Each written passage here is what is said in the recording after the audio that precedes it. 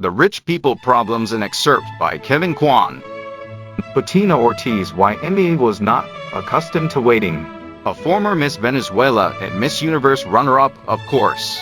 The exceedingly bronze strawberry blonde was these days the wife of my auto parts tycoon Herman Ortiz YME. And at every restaurant she chose to grace with her presence, she was always greeted with reverence and whisked to the exact table she desired. Today she wanted the corner table on the terrace at Sip Sip, her favorite lunch spot on Harbor Island.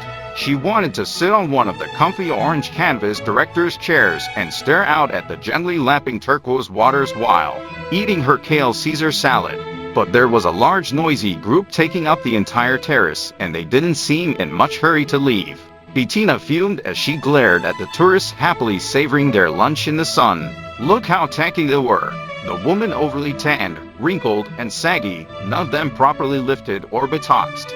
She felt like walking up to their table and handing out her dermatologist business cards. And the men were even worse. All dressed in all rumpled shirts and shorts, wearing those cheap straw hats sold at a trinket shop on Dunmore Street. Why did such people have to come here? The 3.5-mile long paradise, with its pristine pink sand beaches, was one of the best kept secrets in the Caribbean.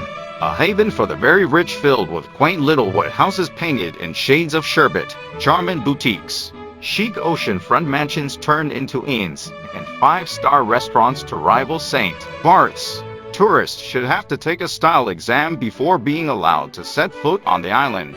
Feeling that she had been patient long enough, Bettina stormed into the kitchen, fringe on her crochet Pucci caftan top shaking furiously as she made a beeline for the woman with a shook-up pixie-cut blonde hair manning the main stove.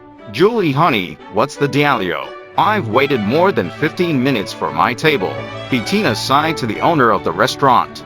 "Sorry, Bettina, it's been one of those days.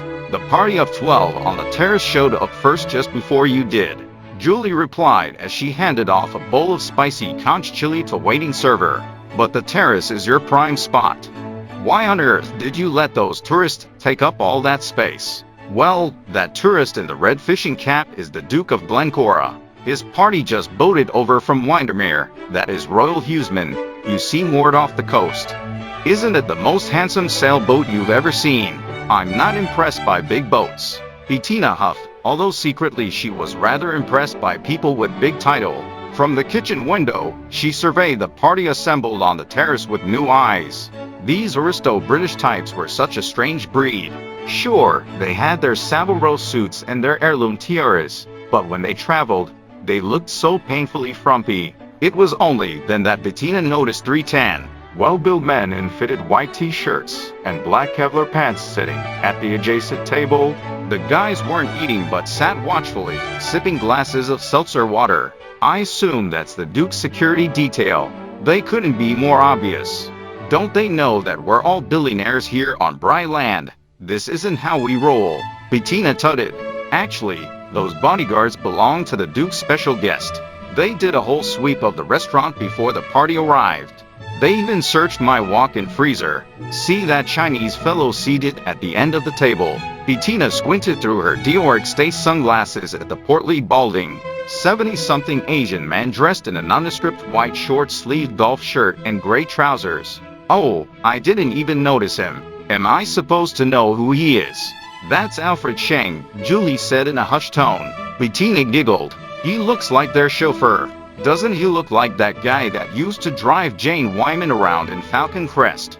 Julie, who was trying to focus on searing a cut of tuna to perfection, shook her head, a tight-lipped smile. "From what I hear, that chauffeur is the most powerful man in Asia." "What's his name again?"